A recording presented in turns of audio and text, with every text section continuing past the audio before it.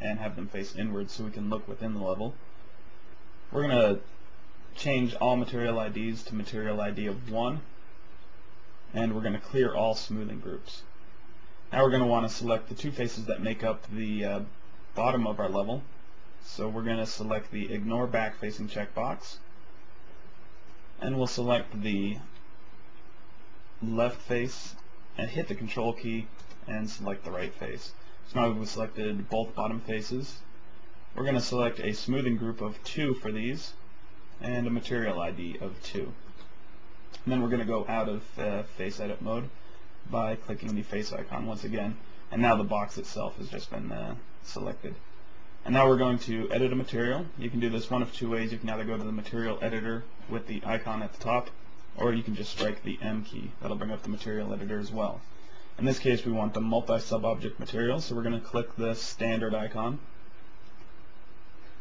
and go to multi-sub-object in the material browser. We can go ahead and discard the old map, and you'll see it created 10 sub-objects for us. We don't need that many, we simply need 2. So we're going to set the number of materials to 2 and click OK.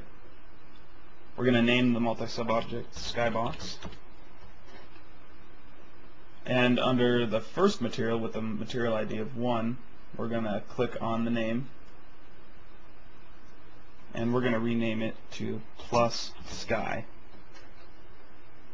And under the Diffuse Color tab, we're going to select the color selector, pick a blue color, and click Close. This is more for our visual reference, so when we actually see it, the sky does look blue. When you export it and take the tag into Gorilla will see that Plus Sky material name and automatically apply the sky to those faces which hold that material.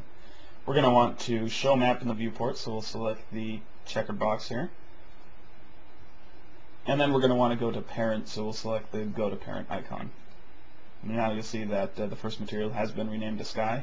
We're going to go into the second material, rename this material splinter_ground to match the TIFF file that we created.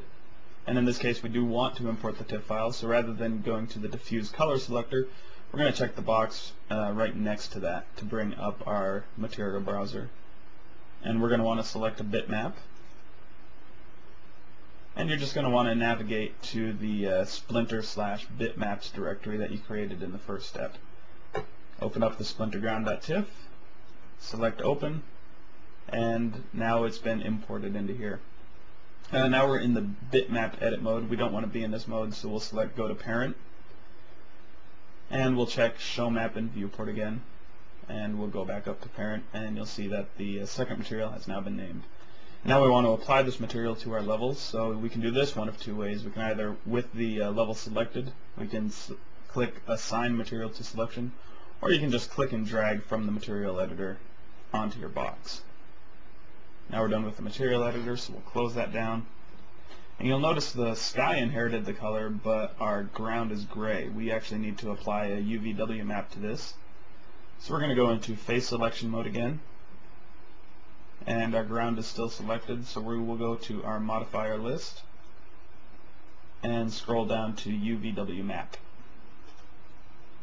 And you'll see the map has been applied to the surface. Just to make sure it's been aligned, we'll go into the top viewport, and under alignment we will select view alignment. And the map has been aligned to our viewport now.